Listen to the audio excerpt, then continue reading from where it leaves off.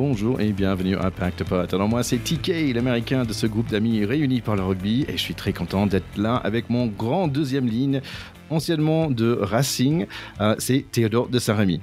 Salut TK, depuis quelques semaines, j'ai pas entendu la petite musique flûtée de ta douce voix américaine et je suis ravi de l'entendre. Je suis d'accord, ça fait plaisir de t'entendre aussi.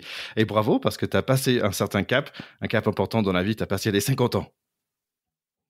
Eh oui, je suis un quinca, 50 years old now. Bon, écoute, comme je dis et comme j'aime beaucoup le dire ces derniers temps, puisque on me souligne que j'ai passé ce cap avec talent, je l'espère. Et comme j'aime beaucoup le dire, et d'ailleurs ça pourrait être une petite phrase rugbystique, et puis elle vient d'un général qui, je pense, est un général américain, Thierry. Donc le général MacArthur qui disait « La jeunesse n'est pas une période de la vie, c'est un état d'esprit ». Voilà, un effet de la volonté, une qualité de l'imagination, une intensité émotive, une victoire du courage sur la timidité, du goût de l'aventure sur l'amour du confort. On ne devient pas vieux pour avoir vécu un certain nombre d'années, on devient vieux parce qu'on a déserté son idéal. Voilà. Alors, moi, j'aime beaucoup cette phrase qui est un petit peu empoulée, mais qui dit beaucoup de choses. Et donc, à tous les jeunes qui viennent de passer le cap de 50 ans comme moi, je souhaite un deuxième demi-siècle tambour battant. Ah, super, bah écoute, je suis content que tu es si poétique aujourd'hui et moi je serai pas loin derrière toi pour passer le cap de 50 ans, ça va être cet été pour moi.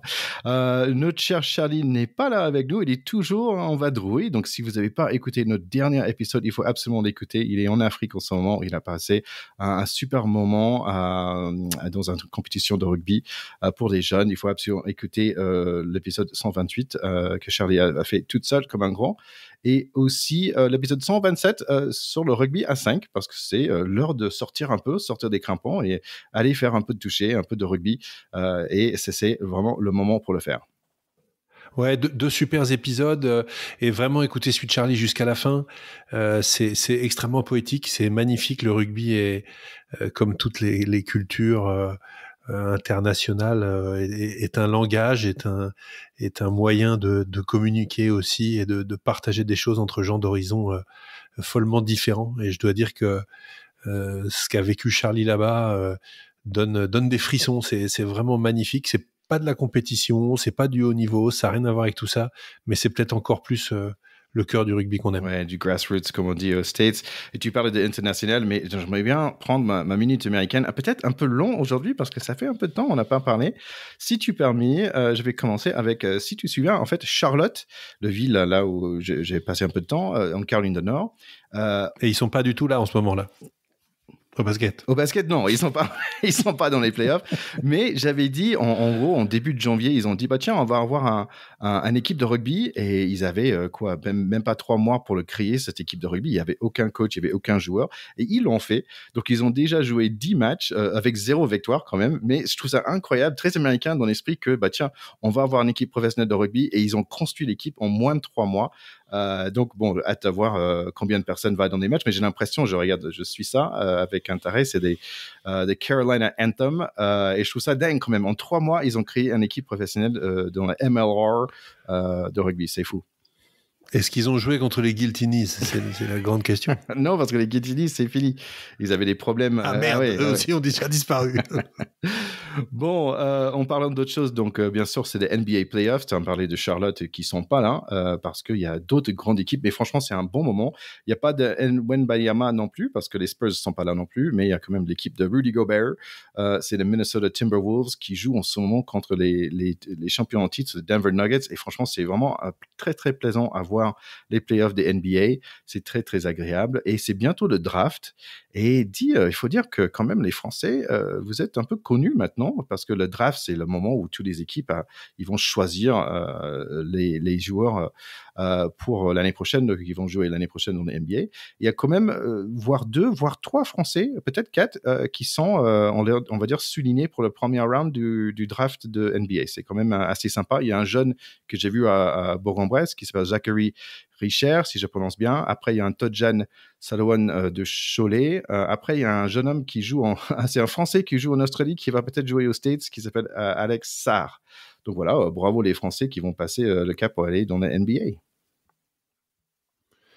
Ouais, alors c'est pas Richer, tu as dit Richer, en fait c'est Rizaché, et c'est le fils d'un ancien international de basket qui s'appelait Stéphane Rizaché, qui était un très bon joueur de l'équipe de France, donc bon sang ne saurait mentir, et effectivement on a l'impression que la draft américaine maintenant c'est à qui va choper son Frenchie, parce que franchement le résultat de Wemby pour sa première année, même si malheureusement les Spurs ne sont pas dans les playoffs, est quand même une première saison exceptionnelle, ouais. Et je pense que ça promet une carrière absolument magnifique.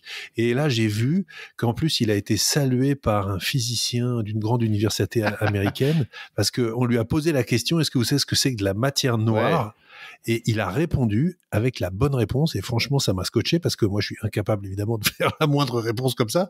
Mais alors, pour un jeune garçon comme ça, aussi engagé dans une carrière de sport de haut niveau, trouver avec toute cette simplicité la réponse à une question complexe et continuer d'être lui-même, mais j'adore. Et je pense que ça dit tout sur ce garçon, c'est-à-dire qu'il est profondément intelligent et libre avant d'être un grand joueur de basket, et je pense que les grands champions sont avant tout des gens intelligents. Ouais, et en plus il fait en anglais en fait, c'est quand même balèze.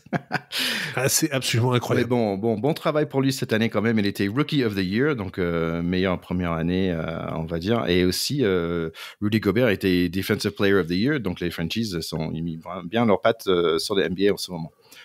En parlant de personnes qui essaient de mettre leurs pattes aussi dans un nouveau sport, j'aimerais bien parler de notre Gallois préféré, Louis Rice-Zammit, qui est parti de l'équipe de Pays de Galles pour aller essayer de tenter sa chance dans les NBA. Il était finalement pris par les Kansas City Chiefs, donc quand même, c'est pas la pire équipe.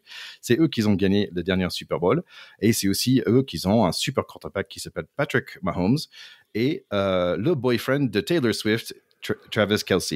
Oui, visiblement, il était là à la 4e soirée de concert à Paris, parce qu'elle a eu des clins d'œil et des gestes appuyés, et elle a envoyé moult bisous vers la tribune dans laquelle figurait a priori son chéri, ou alors elle en a un autre. Je ne sais pas, mais ça, c'est la vie des stars, et c'est tellement loin de nous qu'on ne se prononcera pas. Mais je pense que quand même, Rice-Zammit, il va être un star aux States. Moi, je mets un petit billet dessous. Je pense qu'il va avoir un impact. Oui, à ce sujet, tu sais qu'on a un bon pour faire une émission avec Richard Tarditz, notre super copain, le plus français des joueurs de NBA. Et j'invite tous nos écouteurs à se rapprocher de notre épisode numéro 22. C'était il y a bien longtemps. Mais quel épisode fantastique pour une histoire de vie, non moins fantastique, celle du premier Français qui a joué en NFL. Donc, on aura un petit quart d'heure, Richard, à propos de Zammit dans quelques mois. Et peut-être que ce sera bien si on fait ça quand il aura déjà joué un peu. On aura un peu plus de recul. Ça peut être sympa. Allez, bon, on est quand même là pour parler rugby, donc on y va. Pack de potes, terrain 10. Allez, ça fait longtemps qu'on ne s'est pas vu, donc on n'a pas pu parler des 6 nations femmes. Ça démarrait plutôt bien avec une victoire contre Irlande, 38-17. Un match, on va dire, difficile, je trouve, contre l'Écosse. J'étais un peu étonné, 15-5. Italie contre France, 38-15. C'était bien sympa, et suivi par un joli 40 pour la France et 0 pour Pays de Galles. Par contre notre nemesis de l'Angleterre, 42-21. C'était assez proche au début, 21-14 avec 2 essais par des avants anglaises, un peu de réponse par les Français. Malheureusement, un carton jaune pour le pilier Kalofoui. Et donc voilà, par la suite, 42-21. Ça fait quand même le 6e Grand Slam consécutif pour les Anglaises. Oui, ça fait un peu mal pour nous, Français, et pour notre équipe de Françaises. Malheureusement, le match qui était le sommet annoncé, puisqu'il était la finale, et en plus, hasard de calendrier, ça se passait à la fin du tournoi, donc c'était top. On aurait aimé qu'elles rivalisent, mais assez vite, on a vu au contraire qu'elles allaient prendre une valise. Parce que ce qui s'est passé, c'est que les Anglaises ont fait parler leur force et leur technicité, en particulier du jeu d'avant, en écrasant un peu le pack des Françaises qui étaient quand même fortement malmenées, et assez vite, en étant dominées comme ça devant, on a vu que l'issue serait pas bonne. Elles se sont démenées, on peut pas dire le contraire. Elles ont pas été ridicules, puisque 42-21, c'est pas non plus 40-0 comme elles ont mis aux Galloises, pas du tout. Elles sont pas ridicules, mais il reste une classe d'écart incontestablement. Et on peine à se dire qu'à court terme, elle puisse le combler, tant l'absence de suspense a été totale sur ce match-là. Maintenant, il y a plein de choses à garder. Moi, c'est un sport que je continue d'aimer et d'aimer de plus en plus parce que elles ont incroyablement progressé. Malheureusement, moins vite que les Anglaises qui sont quand même très au-dessus. Le seul avantage que je vois à ça, c'est que dans des confrontations de Coupe du Monde, sur des matchs à élimination directe, etc., les Anglaises vont arriver tellement favorites et tellement sûres d'elles qu'on pourra les surprendre, et je pense que c'est là-dessus qu'il faut travailler. Ouais. Ce qui était un peu dommage, c'est que on était assez proche depuis 2020, où on avait pas mal de matchs où on était à moins d'un essai d'écart en fait, et c'est là quand même là elles ont remis un coup d'accélérateur incontestablement. Mais une belle chose aussi, c'est quand même bravo pour tous les fans, parce que c'était un record pour le rugby féminin en France, où il y avait 28 000 personnes dans la stade de UBB, donc bravo pour tous les Bordelaises qui étaient là pour soutenir l'équipe. Et je rappelle aussi que sur le match, on a été fortement pénalisé par le carton rouge assez précoce de la joueuse pilier Kalfaoui. Ça, c'est vrai que c'est un peu comme le Racing ce week-end contre Bayonne, quoi. Ouais. Faut pas prendre un carton rouge à la 15e. Bon, écoute, quand même, j'ai trouvé que Gabrielle Vernier, quand même, c'est quelqu'un qui m'a impressionné pendant ces 6 nations. Surtout quand tu vois sa taille, c'est juste incroyable parce qu'elle plaque comme une folle, c'est juste incroyable. Pauline Bonon-Sensus, très régulière, qui assure dans son poste de numéro 9. Il y avait un numéro 10 qui était nouvelle, Nina Kiroy, si je prononce bien, qui était là pour remplacer Caroline Drouin, qui est en train de se préparer pour les Sevens, il me semble, pour les JO. Et les sœurs ménagères, super travail. Romaine Ménagère avec plus de 400 mètres parcourus, mais en fait, elle était le plus pour une Française, mais loin derrière l'Anglaise, Ellie Kildon, qui a fait 870 mètres quand même. C'est un truc de fou. Oui, et puis question fratrie, moi je salue aussi les sœurs Féléou, puisque Manaë, la capitaine et deuxième ligne, a accueilli en équipe de France sa petite sœur Théanie Féléou. Donc ça, je trouve ça fantastique. Hein. C'est des filles qui viennent de Futuna. Donc voilà, traverser toute la terre, faire la moitié du tour du monde pour venir jouer pour son pays et se retrouver dans l'équipe de France avec sa sœur. Je pense que c'est des émotions incomparables et vraiment, je trouve que c'est une superbe histoire. Oui, et puis Manaë Féléou, elle est aussi étudiante en médecine. Elle est joueuse du FC Grenoble. Donc, on peut aussi maintenant allier des carrières de haut niveau en rugby féminin et des études de haut niveau. Donc, encore une fois, un énorme coup de chapeau. Donc, c'est tout pour nos filles jusqu'en septembre. Et en fait, en septembre, il y aura le tournoi, le W15. Si vous vous souvenez, c'est le tournoi féminine avec plusieurs, on va dire, catégories, plusieurs tournois qui se passent au même moment. Là, il y aura un parti à Canada. C'est là où les Françaises vont jouer. Là aussi, Afrique du Sud. Et la dernière, c'est dans les United Arab Emirates. J'étais un peu étonné parce que je n'étais pas sûr qu'ils avaient du rugby féminin. Et oui, ils viennent de lancer en mars, en fait, la première ligue féminine de rugby à 15 en Émirats Arabes Unis. Et voilà, donc peut-être le rugby va prendre racine dans le désert. Ouais, pourquoi pas. En tout cas, c'est vrai que ces pays ont accueilli beaucoup de compétitions sportives un peu à coup de pétrodollars pour aussi attirer tout simplement de la visibilité. Nous, partout où on développe le rugby, on est content, puisqu'on sait que le rugby, c'est bon pour les gens. Donc, si ça peut prendre là-bas, tant mieux. Mais je pense qu'ils partent de loin quand même, parce qu'ils lancent une équipe de filles. Je sais même pas s'ils ont une équipe de garçons, à vrai dire. Allez, je t'ai pas dit en fait, mais je suis allé voir un match en Suisse. En fait, j'ai regardé un match de Swiss Rugby, pas loin de chez moi, contre la Croatie. Donc là, c'est le Rugby Europe Trophy tournoi. Donc c'est, on va dire, c'est le 6 nations, pas bis, mais en dessous de le 6 nations bis. Et en fait, c'était super sympa, un super bon match. La Suisse a gagné 35-10. Et en fait, c'est eux qui vont monter pour être dans le 6 Nations bis, en fait, le Rugby Europe International Championship finalement.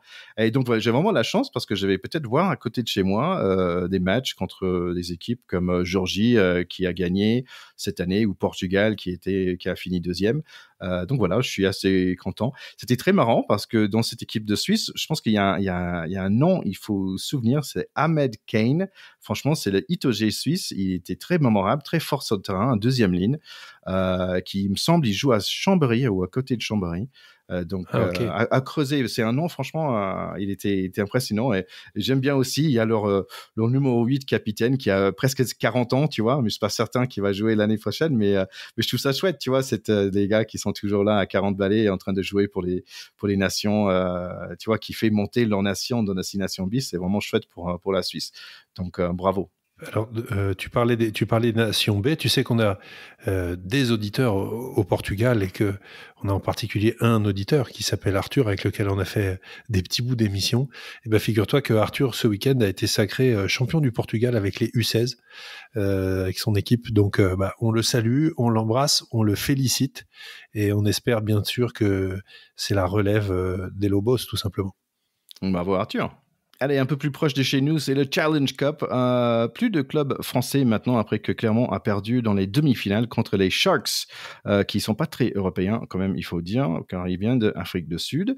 Personne vraiment dans le stade. Ils ont joué à la Stoop à Twickenham. C'est pas le grand stade de Twickenham, mais la petite, c'est là où ils jouent, il me semble, The Harlequins. Un peu de n'importe quoi quand même qu'une équipe française et Afrique du Sud joue en Angleterre, mais bon.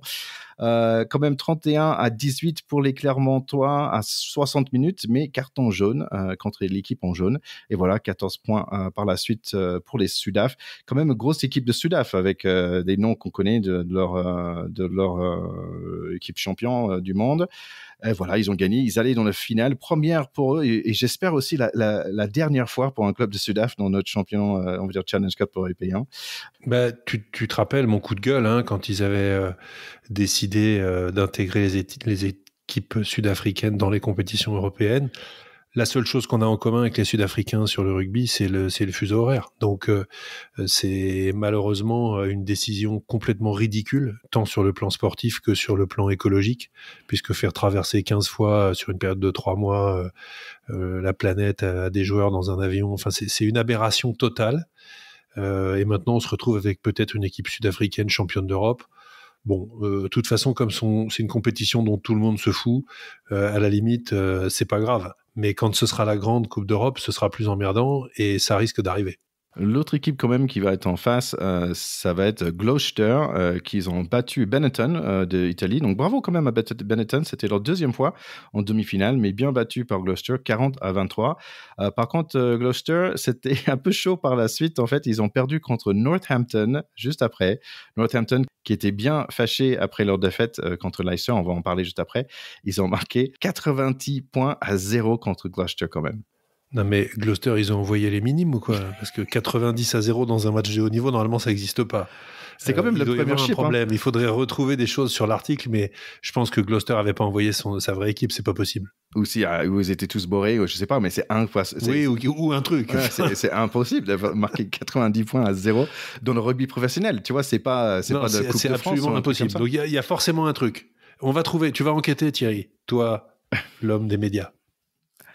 Allez, on va passer à celle qui nous concerne le plus, c'est le European Championship, le EPCR. Donc, il y avait 3 équipes dans les quarts finales qui étaient français, mais Bordeaux s'est fait éliminer par un petit point contre les Harlequins, 41-42 pour les Harlequins.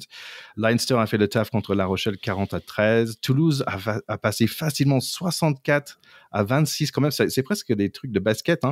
Northampton a battu les Bulls 59-22.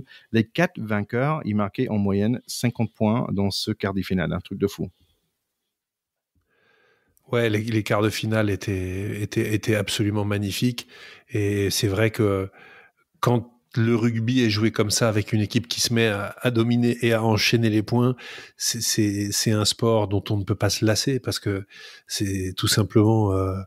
c'est trop beau, quoi. Et en particulier le Stade Toulousain, c'est vrai, là, est en train de monter en puissance dans des proportions absolument impressionnantes.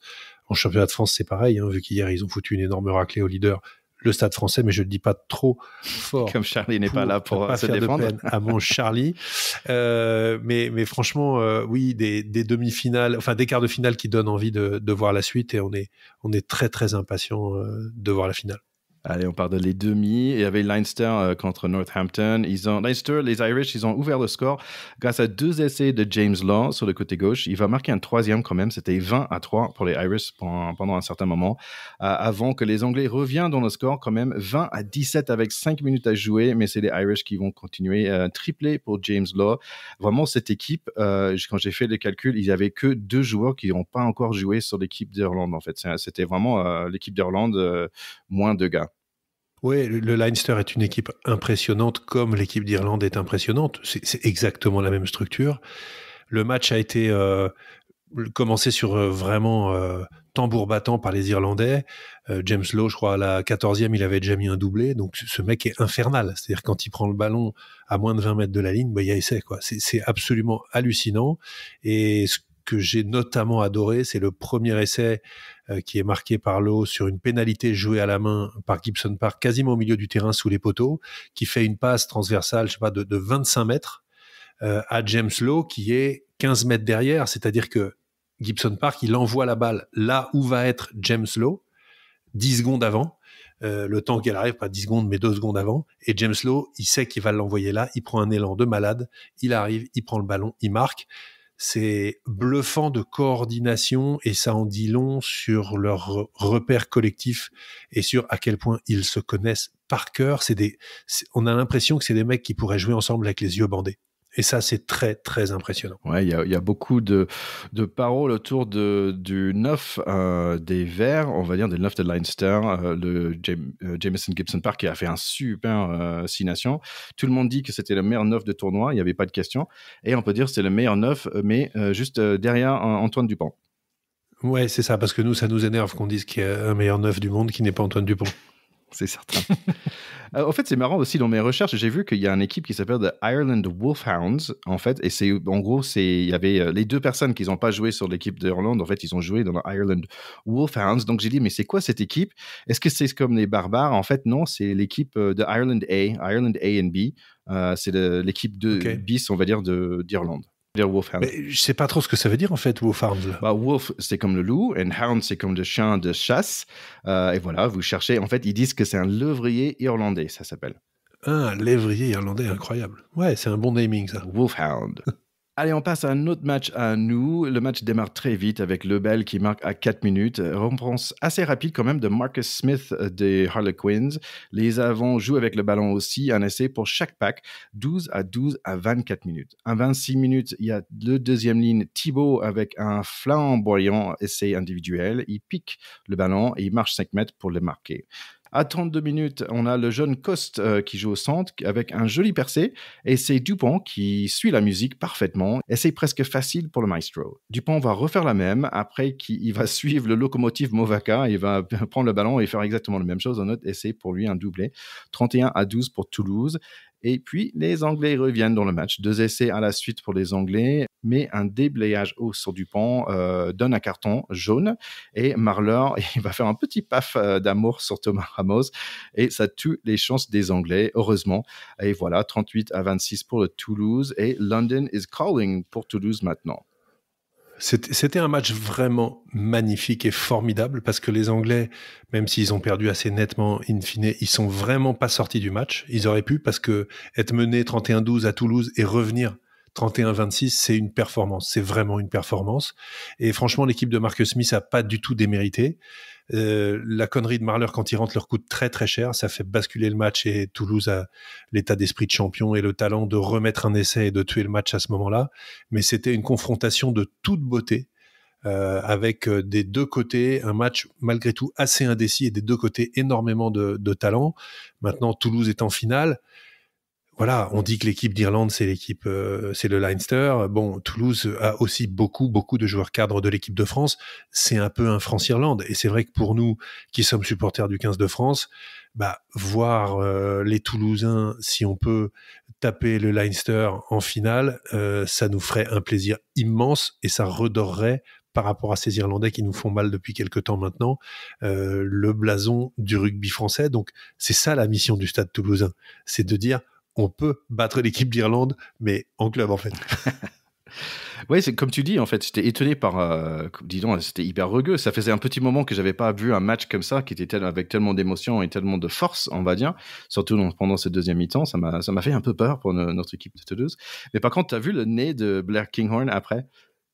Ouais, alors visiblement, ils lui ont réparé parce que hier, j'ai vu dans la tribune, il était dans la tribune pour le match Stade Toulousain, Stade Français, et ils avaient l'air de dire qu'ils lui avaient réparé le nez. Je pense que c'est pas encore complètement fait. Il y a peut-être une deuxième opération. Il me paraît encore un peu tordu, même s'il est beaucoup, beaucoup mieux qu'après le match où c'était effectivement assez impressionnant et assez vilain. Pour être honnête. Il faut absolument aller trouver le vidéo où il a fait en anglais, sur un podcast en anglais. Il a parlé en fait, c'était le fan de match, tout le monde le tapait sur le dos. Il levait la tête et après, quand il a vu sa tête, tout le monde disait oh mon Dieu, avec son nez qui était complètement à l'autre côté de son visage.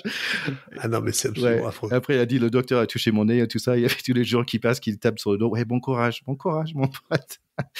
Donc voilà. Donc, ça veut dire que le final, quand même, ça va être bientôt. Ça va être en 2 semaines, le 25 mai à 15h45, Leinster-Toulouse à Londres. Tiens, j'aimerais bien, si on regardait vite fait un peu, on va dire, par quelle ligne est la meilleure ligne, on va dire, si on compare ces deux équipes. Est-ce que ça te va comme ça? Ouais, très bien. C'est des équipes qu'on connaît très bien. On peut faire une petite revue d'effectifs. Exactement. Exactement. Allez, première ligne pour Leinster, les Irish, c'est Andrew Porter, Dan Sheehan et Taj Furlong. Contre nous, c'est Cyril Baille, Movaka et Dorian Adegeri. Alors, petit avantage aux Irlandais qui cette année ont fait un tournoi absolument remarquable et qui ont dominé tout leur vis-à-vis. Donc nous, on a des très très bons moments, on en a de moins bons. Dorian Aldeguerri, il a des performances un peu en dents de scie. Cyril Baille, ça reste un excellent joueur. On a Peato Movaka, on a aussi Julien Marchand qui est juste derrière. Donc ça va être du très solide. Mais en particulier à droite, Tadhg Furlong, c'est quand même l'assurance tout risque, un peu plus que Dorian Aldeguerri. En deuxième ligne, c'est Ross Maloney, celle qu'on ne connaît pas parce qu'il ne joue pas sur l'équipe d'Irlande, et Joe MacArthur, celle qui nous a étonnés pendant les 6 Nations. Côté français, c'est Thibaut Flamand et Emmanuel Meafou. Emmanuel Meafou, Thibaut Flamand, classe mondiale tous les deux, un joueur en devenir, un autre, on va dire, au sommet quasiment de son talent en ce moment. Donc, moi, je donnerais un petit avantage à cette deuxième ligne-là, parce que Ross Maloney, effectivement, on ne le connaît pas. Joe McCarthy, c'est un jeune joueur. Il a fait une très belle performance aux 6 Nations. Maintenant, voilà, une finale de Coupe d'Europe, il connaît pas, il n'a pas cette expérience-là. Donc, voilà, je pense qu'on sera un peu devant. 6, 7, 8, on a Ryan Biard, on a l'ancien joueur de l'année Josh Van der Flyer et Caelan Doris, le capitaine. Contre la France, c'est François Cros, Jack Willis, l'anglais, et Alexandre Rouma. Alors, enfin, quelqu'un côté Toulouse qui peut pas jouer en équipe de France, c'est un Anglais. Mais Jack Willis, c'est un joueur redoutable. On l'a vu beaucoup cette année, en particulier au grattage, au soutien et en défense. C'est un joueur d'un très très fort rendement. François Cros, on ne le présente plus. Alexandre Roumat, il est peu en équipe de France pour l'instant, mais c'est un joueur qui s'affirme un peu à chaque sortie. Donc voilà, je dirais à égalité, très gros match à venir entre cette troisième ligne renforcée par Jack Willis et puis franchement une troisième ligne qu'on connaît très bien, Van der Flier, tu l'as dit, ancien meilleur joueur du monde, Doris le top, en plus c'est le capitaine de cette équipe, et Ryan Baird qui n'est, je crois, pas en équipe d'Irlande mais qui est lui aussi un redoutable compétiteur. Allez, dans les ailes, on a James Lowe, bien sûr, avec le petit coupe de cheveux douteux, et Jordan Larmure. Pour nous, c'est plutôt Juan Cruz Maïla et Mathis Lebel. Mathis Lebel, ouais. Oui, alors là, Lowe, on ne présente plus. C'est effectivement, on en a parlé juste avant. Donc pour moi, il est au-dessus. C'est le facteur X de cette équipe irlandaise, qui en plus, à mon avis, est un incroyable vecteur de confiance pour son équipe. Donc voilà, redoutable joueur qu'il va falloir cadenasser absolument, même si effectivement Lebel et Malia sont de bons clients également. Allez, en centre pour les Irlandais, on a Jamie Osborne, qu'on ne connaît pas très bien, mais Robbie Henshaw, on le connaît bien. Ouais, Robbie Henshaw, lui aussi, cadre du rugby mondial, incontestablement, qui nous a déchiré les lignes défensives. En veux-tu, en voilà ces dernières années. En face, on a Paul Coste, bon sang ne saurait mentir, comme on dit, comme je le répète, puisque je le disais pour un joueur de basket au début de l'émission, fils d'Arnaud Coste, qui était un joueur redoutable des années 90 et 2000, à mon avis, trop peu sélectionné en équipe de France parce que c'était un joueur d'un talent immense avec un gabarit peut-être un peu court à l'époque pour jouer troisième ligne. Il n'était pas très grand, mais quel talent. Et son fils, effectivement, est comme lui. C'est comme d'ailleurs Roumat, on l'a pas dit tout à l'heure, mais le père d'Alexandre Roumat, c'était Olivier Roumat. Ça, c'est pour les auditeurs quinquas qui nous écoutent. En tout cas, on attend effectivement que voilà, Paul Coste peut-être aille chercher son premier grand trophée avec du talent, avec des coups d'éclat. Et je pense qu'il a le talent pour le faire. On l'a vu de plus en plus précieux ces dernières semaines. Et je crois que c'est aussi dans les grands matchs qu'on voit se révéler les grands joueurs. Donc, on compte sur toi, Polo. Et en plus, il y a Peter Aiki, côté Toulouse. Bon, alors Peter Aiki, lui, c'est une machine également qui a, depuis quelques années au Stade Toulousain, montré qu'il était parfaitement incontournable. Et être incontournable au Stade Toulousain quand on joue derrière, je pense qu'il n'y a pas besoin d'expliquer pourquoi, ça veut dire beaucoup de choses. Ouais. Donc Blair Kinghorn en 15, je suis pas certain qu'il va jouer, mais il y a quand même Thomas Ramos, on n'a pas parlé de lui. Donc peut-être c'est Thomas qui va être titulaire. Oui, probablement Thomas Ramos à l'arrière. Joueur qu'on ne présente plus, qui lui aussi est le facteur X de l'équipe de France et du Stade Toulousain ces dernières années, avec une régularité diabolique au pied, une grande présence dans le jeu au soutien du ballon et dans sa capacité à remonter le terrain et à utiliser son pied en jeu de déplacement. Donc, et puis en face, Karan Frolek, on connaît moins, mais s'il est là, c'est qu'il est bon, ne nous trompons pas. C'est sûr. Petite chose, je suis pas sûr si Santiago Chocobares peut jouer. Apparemment, il y avait un petit couac fin du match, de dernier match. On parle de 9-10. Eux, ils ont Jamison Gibson Park en 9 et Ross Byrne en 10. Mais nous, on a Antoine Dupont et Romain Ntamak. C'est pour ça que cette finale est géniale. C'est parce que là, on a ce qui se fait de mieux au monde en ce moment, en particulier à la mêlée, parce que Gibson Park, c'est vraiment le top européen et Antoine Dupont va dire que c'est carrément un numéro à part depuis quelques années. Il est au four et au moulin cette année, il s'entraîne pour le 7, il veut faire les Jeux Olympiques, il revient en match à 15, il fout 50 grains à tout le monde. Il est au sommet, parce qu'en plus, il est affûté comme jamais, parce que le 7 est très exigeant d'un point de vue athlétique comme discipline. Donc là, ça va être une confrontation à regarder avec des jumelles. Il faudrait presque mettre une caméra, je sais plus comment on dit là, mais un zoom sur eux parce que ça va être quelque chose d'exceptionnel. Et puis en 10, Ross Byrne, très grand joueur qu'on connaît bien maintenant, et Romain Ntamak qui revient. Donc est-ce qu'il va avoir récupéré ses qualités d'immense joueur ou est-ce que c'est un peu tôt? Rendez-vous en finale pour le savoir, mais nous on y croit évidemment. Et voilà, ça c'est pour le final de EPCR. Et quand même, le top 14, il nous reste 3 semaines qui nous restent. Mais bon, les choses commencent à définir. Est-ce que tu peux nous donner un petit topo de top 14 pour l'instant? Ce qu'on peut dire en préambule, c'est que c'est une compétition magnifique cette année parce qu'elle est extrêmement indécise. On a vraiment une compétition très très resserrée, à part pour Oyonnax qui est décroché et Montpellier qui est très mal en point. Donc on va dire que le bas du classement, c'est pas folichon, et puis c'est Montpellier avec en plus le cinéma de Bernard Laporte qui est retourné là-bas, qui maintenant dit que son prédécesseur était un escroc. Enfin, franchement, c'est un spectacle absolument désolant sur et en dehors du terrain. Mais passons, parce que le reste est formidable. On a encore des équipes qui peuvent se qualifier pour la 6e place, qui sont nombreuses, puisque finalement, jusqu'à Clermont, qui est 10e, Perpignan, Castres, Pau, La Rochelle, qui est 6e aujourd'hui, vont se battre et se tiennent en 4 points. Le Racing est juste devant, en 5e position, parce qu'ils ont eu la riche idée de perdre à domicile, c'était à Auxerre, parce qu'ils ont plus leur stade en ce moment, contre Bayonne, ce qui était l'erreur à ne pas faire. Paf, ils l'ont fait, ce qui en dit long malheureusement sur leur mental. Et puis Toulon, à la faveur d'une très bonne deuxième partie de saison, qui se fait cette petite place au soleil en 4e place. Et au-dessus, on a 3 équipes qui sont en immense forme, sauf le Stade Français qui a pris une claque hier, mais qui était quand même premier au classement jusque-là, alors qu'il sortait de 2 années de championnat assez moribondes, et Bordeaux-Bègles qui enchaîne les grandes performances. Donc, on a une fin de championnat avec, on va dire, 1, 2, 3, 4, Toulon, c'est à peu près calé. Et puis derrière, Racing, La Rochelle, Pau, Castres, Perpignan et presque Clermont, qui vont se battre pour les 2 dernières places qualificatives. Et donc, une issue de ce championnat qui est hyper ouverte. On sait qu'il est très difficile de mener de front la compétition européenne et le championnat de France. Donc, selon leur parcours jusqu'en finale, qui va forcément les user, leur compter des joueurs, de l'énergie, du mental, comment seront les Toulousains pour aller défendre leur bouclier de Brennus? Ça reste une question. Et tous les autres tours sont morts de faim, avec un niveau de jeu qui est magnifique. Ces dernières semaines, on a des matchs du top 14, des matchs du dimanche soir notamment, etc., qui sont superbes, avec des chassés-croisés, des essais en veux-tu, en voilà, des scores qui dépassent les 30 points des deux côtés de façon très, très, très fréquente. Donc, franchement, un championnat de toute beauté.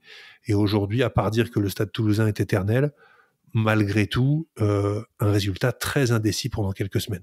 En fait, ce qui est assez chouette, c'est que c'est, comme tu dis, le 5, c'est Racing, le 6, c'est La Rochelle et Pau, c'est en 7. Et en fait, ils se jouent dans les 3 semaines qui viennent, ils se jouent tous les uns contre les autres, par exemple. Ah oui, c'est ça, c'est que la fin de championnat est terrible pour toutes ces équipes. Voilà. Le Racing va au Loup, va à La Rochelle et reçoit Pau.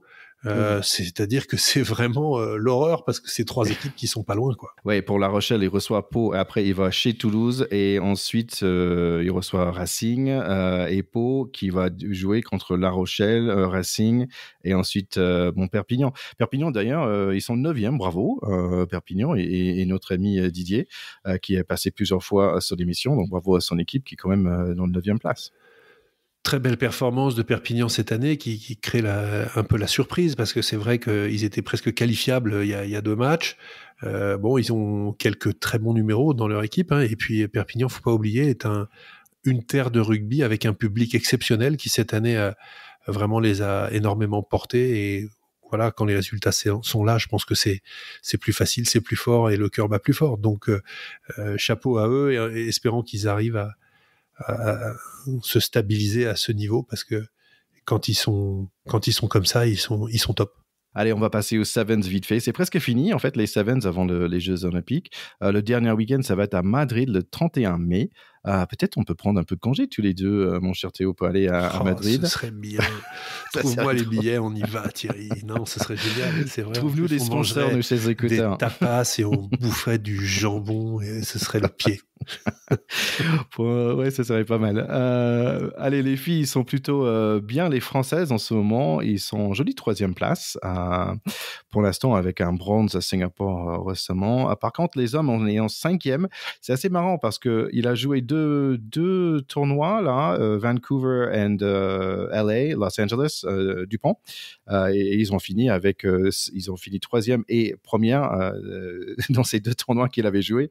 Par la suite, ils ont quand même gagné les Français le second silver medal en Hong Kong, mais par contre Singapour pas grand chose. Donc voilà, à Madrid c'est assez important pour eux vers la fin. Et normalement, si j'ai bien compris, Dupont va jouer dans ce match de Madrid, même si c'est, on va dire, c'est pas les phases des barrages encore, mais c'est le 31 mai, donc il va pas forcément peut-être jouer le match contre La Rochelle.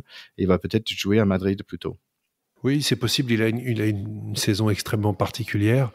Je pense qu'il a aussi besoin d'aller chercher des automatismes et des références collectives avec cette équipe avant d'affronter tout ce petit monde aux Jeux Olympiques. Et c'est vrai que ça va être une attraction.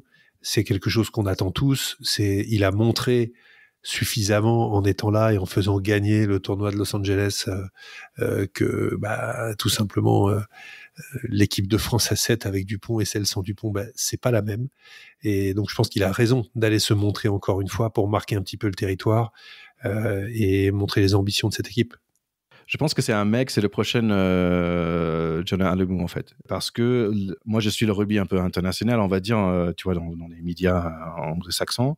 Et il commence à parler en anglais, en fait. Il commence à faire des interviews en anglais et tout le monde commence à dire, ah oui, il est pas mal, ça. Who's this Dupont kid? Tu vois, who's this Dupont guy? You know, tiens, moi, je regarde pas les 7, mais finalement, je vais commencer à regarder les 7 parce qu'il y a un mec qui s'appelle Dupont qui commence à se mettre, tu vois. Et je pense que c'est vraiment un mec qui va marquer pendant on va dire, une bonne génération à la suite de rugby, en fait.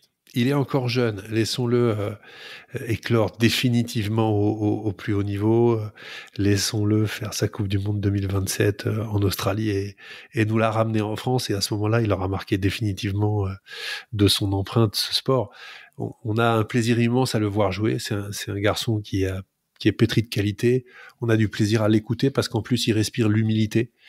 Et c'est vrai que dans le sport international de très haut niveau, etc., parfois, il y a tellement de cinéma et d'à côté qui nous interpellent ou qui nous dérangent parce que c'est un autre monde. Avec Dupont, ce qui est extraordinaire, c'est qu'on a l'impression qu'il est resté un garçon simple, alors qu'il est aussi une grande star de son sport. Donc ça, c'est la marque des très grands. Et puis, pour nous, Français, il y a un petit truc en plus, c'est qu'il s'appelle Dupont. Et Dupont, c'est vraiment l'archétype du nom le plus français qui soit. Donc, c'est un peu comme si l'immense star du rugby anglais s'appelait John Smith et parlait avec un accent pur BBC, quoi. Il y a quelque chose de génial. Alors, moi, je sais pas si tu connais Thierry Super Dupont, qui est une BD de Gottlieb qui me fait hurler de rire depuis longtemps. Et il y a ce côté non issu du terroir complètement français, voire franchouillard, alors que c'est un joueur de son temps ultra moderne et qui montre qu'il est aussi un super-héros. Donc, j'adore ce mélange et j'adore ce joueur. Bon, écoute, tu m'as donné des devoirs. Il faut que je lis des trucs super Dupont.